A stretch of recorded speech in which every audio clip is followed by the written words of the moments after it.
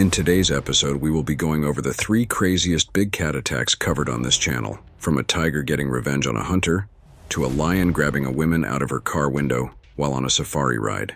Hit that like button and subscribe right now. These are the deadliest big cat attacks you will ever see. Welcome to Exclusion.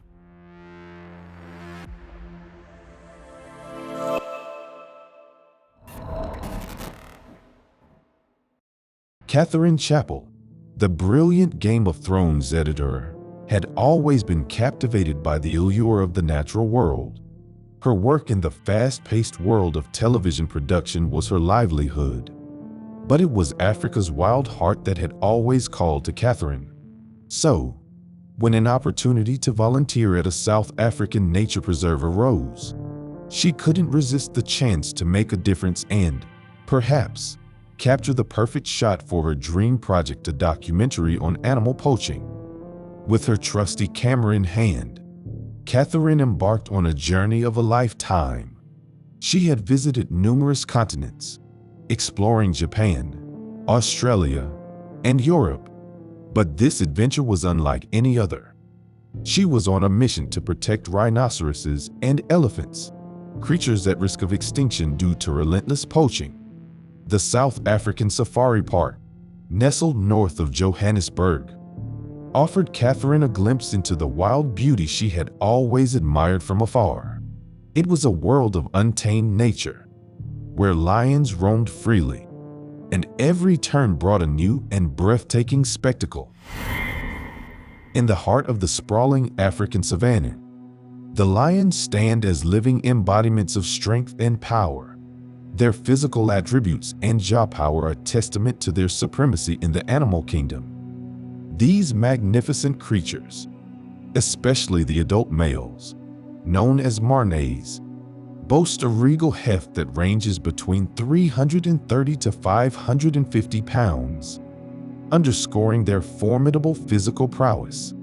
Their jaws, finely tuned for the art of predation, wield a bite force of approximately 650 pounds per square inch, capable of rending flesh and shattering bone with ease. As apex predators, they not only boast individual might, but also excel in cooperative hunting, employing their collective strength and coordinated strategies to encircle and subdue formidable prey. It's in their jaws, honed over millennia, that they secure their place atop the food chain. Not only do these formidable jaws enable them to strip meat from bone with precision, but they also allow for swift, devastating kills, whether by snapping the neck of their quarry or piercing through thick hides. Yet, it's not just in the hunt that their might is on display. They valiantly defend their pride's territory, their powerful jaws serving as instruments of protection in confrontations with intruders. The lions, with their magnificent builds and awe-inspiring jaw power, are not just rulers of the savannah, but also symbols of the wild's indomitable strength and majesty. On that fateful day, the sun hung high in the sky, casting a golden glow over the African savannah. Katherine and her fellow volunteers, along with local tourists, ventured deeper into the park. Their spirits were high, filled with awe and anticipation, as they marveled at the untouched wilderness around them. As they approached a serene scene, a pair of lions resting by the roadside, a hushed excitement coursed through the group. The guide had cautioned them to keep windows up and maintain a safe distance. But the allure of capturing a close-up shot of the magnificent creatures was too tempting for Katherine to resist. The vehicle in front of Katherine's came to a halt next to the lions, and the driver confidently rolled down his window, smartphone in hand, poised to snap a shot that would surely be the envy of his friends back home. Katherine, ever the adventurer, couldn't resist the call of the wild either and followed suit, keen to document this extraordinary encounter. Initially, the lions paid no mind to the onlookers. The male lion continued his relaxed repose, and the lioness lazily stretched out her body in the afternoon sun. For a moment, The world was as it should be, humans observing the wild, and the wild continuing its natural course. But then, the world changed in an instant. Without warning, the lioness reared up on her hind legs and peered into the open window of Katherine's vehicle. A collective gasp escaped from the group, their hearts racing and the air thick with tension. The male lion remained unmoved, uninterested in the sudden commotion. Within seconds, the tranquil scene descended into chaos. The lioness lunged with unimaginable power, her razor-sharp teeth closing around Katherine's shoulder. The vehicle's occupants were paralyzed by the sight, unable to fathom the danger they were now in. Katherine's driver, realizing the peril they were in, fought back desperately. He dived into the passenger seat, his fists flying as he tried to fend off the lioness. The tourists in nearby vehicles honked their horns frantically, calling for help. The lioness, her mouth and paw smeared with blood, retreated momentarily, but her predatory instincts were far from satiated. In a flash, she re-entered the vehicle, resuming her attack on Katherine, whose life hung in the balance. The rangers, alerted by the cacophony of honks and cries for help, arrived in haste. The lions were eventually driven away, but it was too late. Katherine Chappell, the Game of Thrones editor on a mission to save wildlife, had tragically lost her life to the untamed beauty of the African wilderness. In the aftermath of this heart-wrenching incident, friends and family from around the world gathered to pay their respects to the adventurous and passionate Katherine, who had ventured into the wild to make a difference. Katherine's life had been a tapestry of incredible experiences, and her work as an editor had taken her to the magical realms of television. Katherine's death sparked a fierce debate about safety standards in the park. It was the third major big cat attack in just 4 months, prompting questions about visitor safety and the measures taken by the park to protect both humans and the wild inhabitants. The park's management, while defending its commitment to maintaining a safe environment, faced intense scrutiny. Yet, amidst the tragedy and debate, the park remained open, an enduring testament to the delicate balance between humans and the wild. And as the world mourned the loss of Katherine Chappell, her story served as a poignant reminder of the unpredictable and untamed nature of the animal kingdom, where beauty and danger coexist in a timeless dance. The Siberian wilderness, unforgiving and majestic, lay shrouded in a thick blanket of snow. The town of Markov, tucked away in the far eastern reaches of Russia, was a place where human presence was dwarfed by the vast, unyielding landscape. Here, the winters were cruel, and the people, few and far between, had learned to live in harmony with the relentless cold. Vladimir Markov, a weathered man of 47, was one such inhabitant. He had spent his life mastering the art of survival in this harsh environment. But like many in this remote town, Vladimir had his secrets. He was a poacher, a man who ventured into the unforgiving wilds to procure meat that would sustain his family through the brutal winter months. On one bitterly cold December morning, Vladimir donned his heavy fur coat, his boots creaking with every step as he made his way to his modest cabin nestled amidst the trees.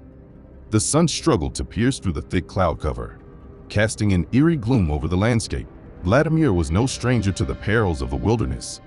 He had faced off against wolves, tracked elusive game, and emerged victorious from countless skirmishes with nature's formidable denizens. But today, he was in pursuit of a grand prize, a massive boar that had been rumored to roam these woods. As he ventured deeper into the forest, the biting cold gnawed at his bones. But Vladimir's determination was unshaken. The tracks of the boar were fresh, and the prospect of a feast for his family spurred him onward. Hours passed, and the hunt intensified. Vladimir's senses were on high alert, his heart pounding in rhythm with the rustling leaves and the distant howls of the wind. He was closing in on his quarry, as Vladimir finally spotted his elusive target, a colossal boar, its fur matted with mud and its tusks gleaming menacingly. Vladimir's pulse quickened with excitement as he carefully took aim with his shotgun. He knew that this kill could provide his family with meat for weeks. With a deafening blast, Vladimir fired. The shot rang out, and the boar let out a guttural scream of pain before collapsing to the ground. Vladimir approached cautiously, his shotgun at the ready. But what he found was not what he expected. The boar was indeed massive, but it bore the unmistakable signs of a recent kill. Its entrails had been partially devoured, and deep claw marks on its hide. Vladimir's elation turned to confusion and unease. Who could have killed this beast before him?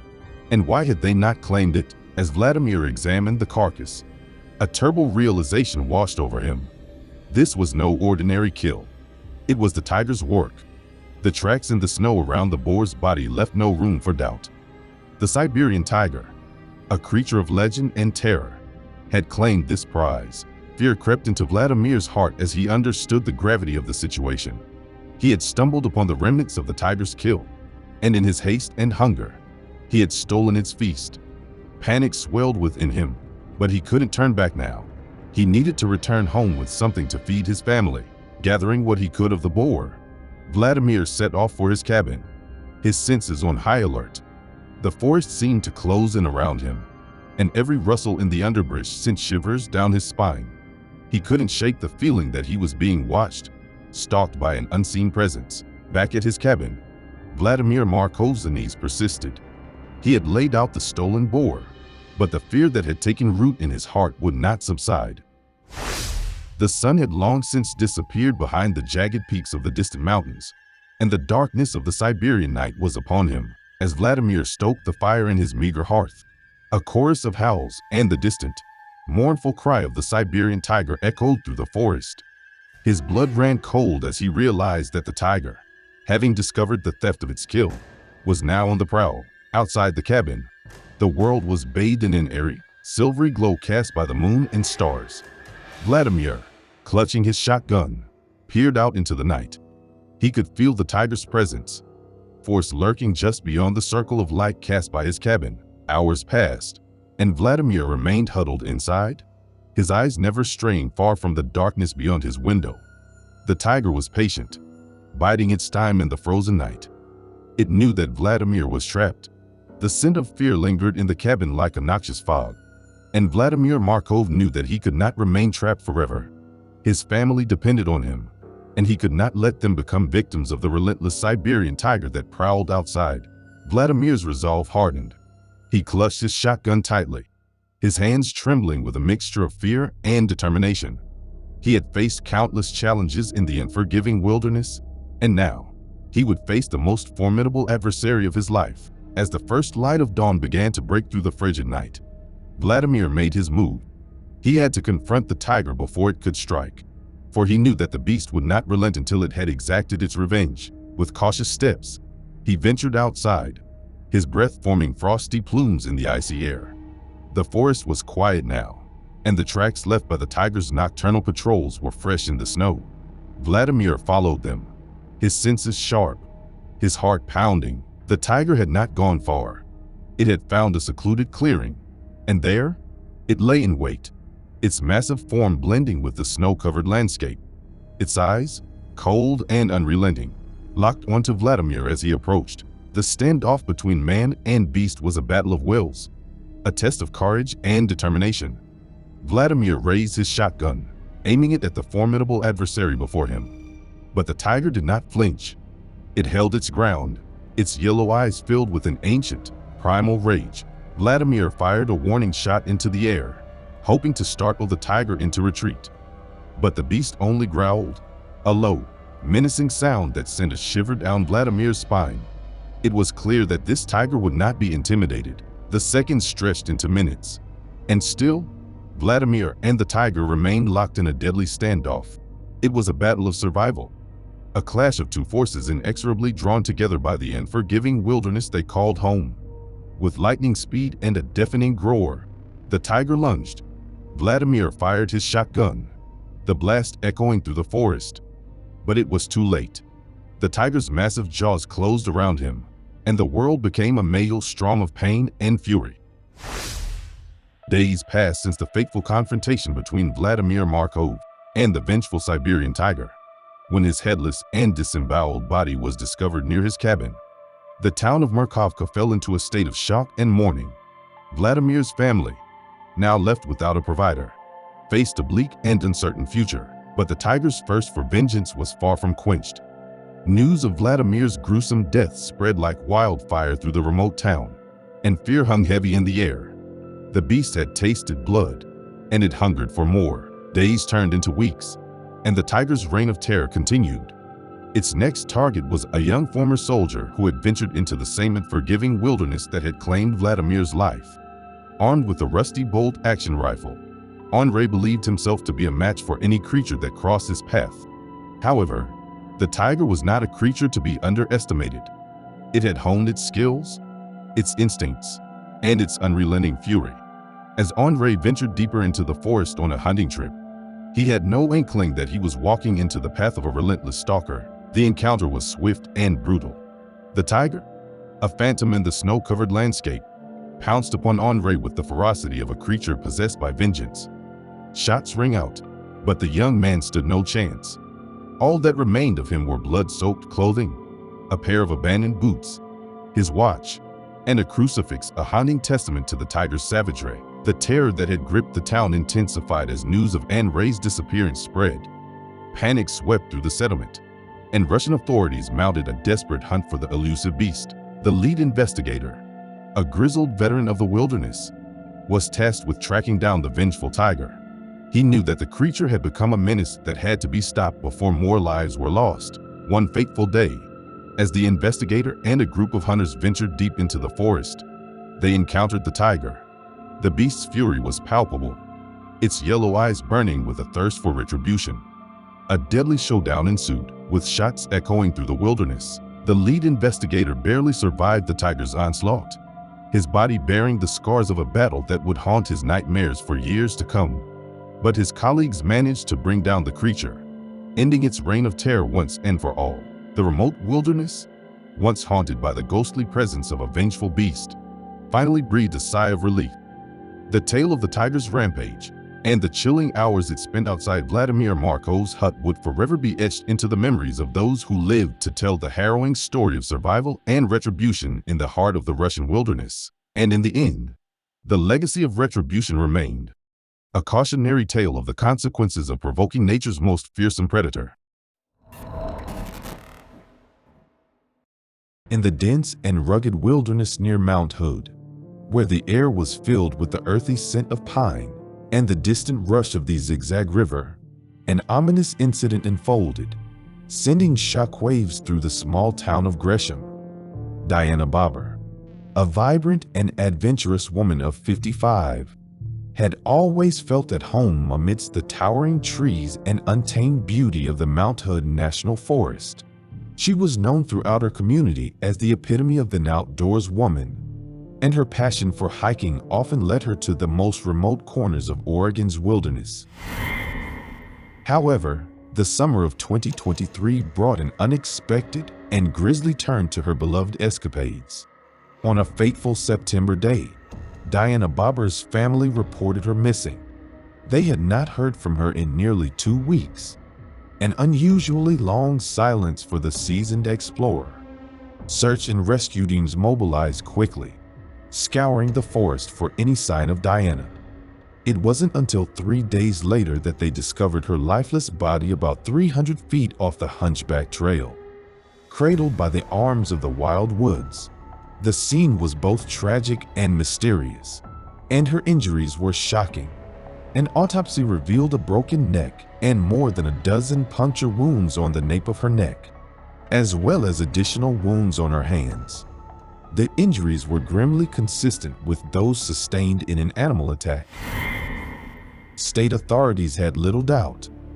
Diana Bober had become the victim of the first confirmed fatal wild cougar attack in Oregon. As the forest held its secrets close, an eerie tension gripped the region. Wildlife officials were swift to act, setting up cameras along the Hunchback Trail to capture any signs of the elusive predator responsible. 3 days later, their vigilance bore fruit when a trail camera captured an image of a large cougar. The discovery sent a shiver down the spines of those who viewed the footage. "This appears to be a big cat," wrote Sergeant Todd Hodenpyle, and the message spread like wildfire.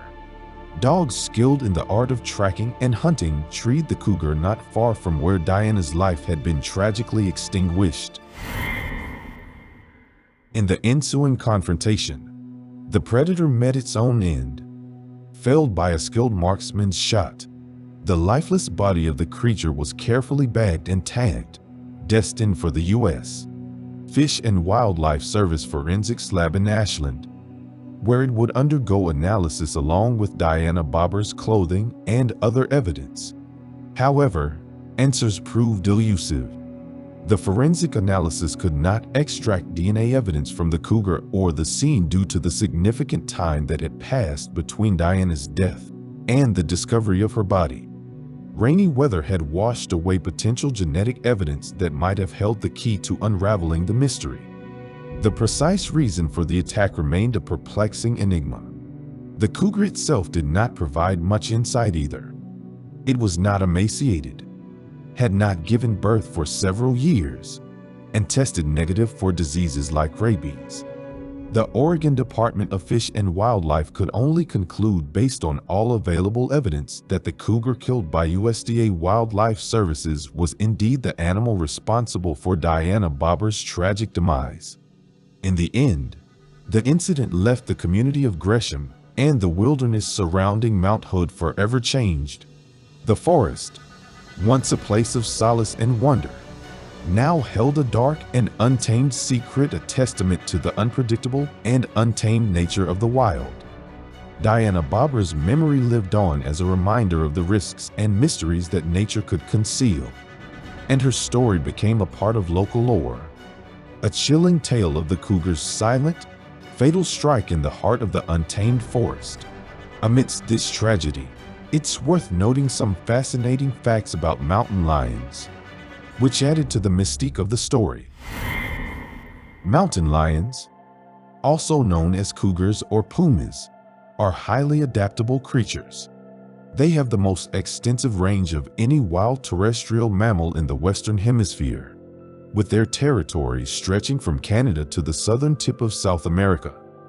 These solitary hunters are known for their agility and strength, capable of leaping up to 20 feet in a single jump. They are crepuscular and nocturnal, primarily active during dawn and dusk, which helped them avoid human contact in the past, while their haunting vocalizations, including screams that resemble a woman's cry, send shivers down the spines of those who encounter them. They are also essential to maintaining ecosystem balance by controlling prey populations. In some regions, these majestic creatures are subject to predator control efforts, though these measures are often controversial and closely monitored. In some regions, human and cougar territories intersected, and the challenge of maintaining a harmonious balance was met with a strategy as old as humanity itself: regulated hunting. Laws and regulations governing the hunting of mountain lions varied widely by location, guided by the intricate web of human-wildlife relationships and the need to manage populations to mitigate conflicts. Yet, despite their adaptability and the expansive territories they called home, mountain lions were not often seen. Encounters between these majestic animals and humans were relatively rare but held an air of danger. Authorities, well aware of the potential risks of such encounters, regularly reminded those who ventured into the wild to take precautions. Hikers in cougar territory were advised to hike in groups, make noise to announce their presence, and carry bear spray or other deterrents to minimize the risk of conflicts. Diana Bober's tragic encounter with a mountain lion was a stark reminder of the untamed mysteries of the wilderness and the delicate balance between humans and nature. Thank you for watching today's episode. If you enjoyed the video, make sure to leave a like, comment, share, and subscribe for everything Exclusion.